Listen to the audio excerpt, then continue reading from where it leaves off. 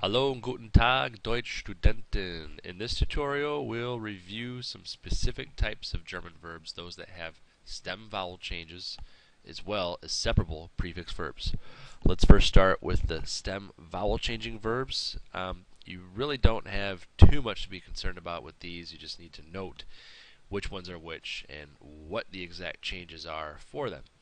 So there are four categories of stem changing verbs. Okay, and E to I change, an E to IE change, an A to an umlauted A change, and an AU combination that adds to umlauted A as its change. So this table shows us some examples.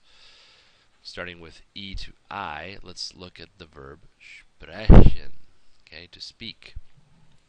Notice for all these on this table, the yellow highlighted row shows the pronouns affected by this change, and our second person du and third person er, sie, es.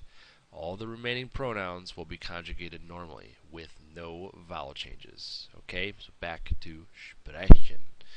We have ich spreche, then our changes, du sprichst for second person, and er, sie, es spricht for the third person.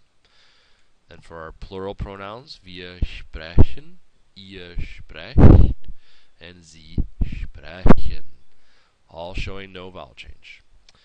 Our next example, E to IE, okay, is, for example, lesen, to read. We have ich lese, then du liest for second person, and er, sie, es liest for third person. Moving on, we have wir lesen, ihr lest, and sie lesen. Okay. The third example, A to umlauted A. Let's look at the verb fahren, to drive. Ich fahre. Then we have du fährst as our second person, and er, sie, es fährt for third person. In the plurals, we have wir fahren, ihr fahrt, and sie fahren. Fourth example, AU to umlauted AU, we have the verb laufen, to run. Ich laufe, du läufst for second person, and er, sie, es läuft for third person. Then we have wir laufen, ihr lauft, and sie laufen. So you can see these are not all too challenging, just something to look out for. Now we have a complete list of examples of each category. Okay, of vowel stem changing verbs. Essen, geben, nehmen, sprechen, versprechen, and werden for our first column category. Lesen and sehen for our E to IE change.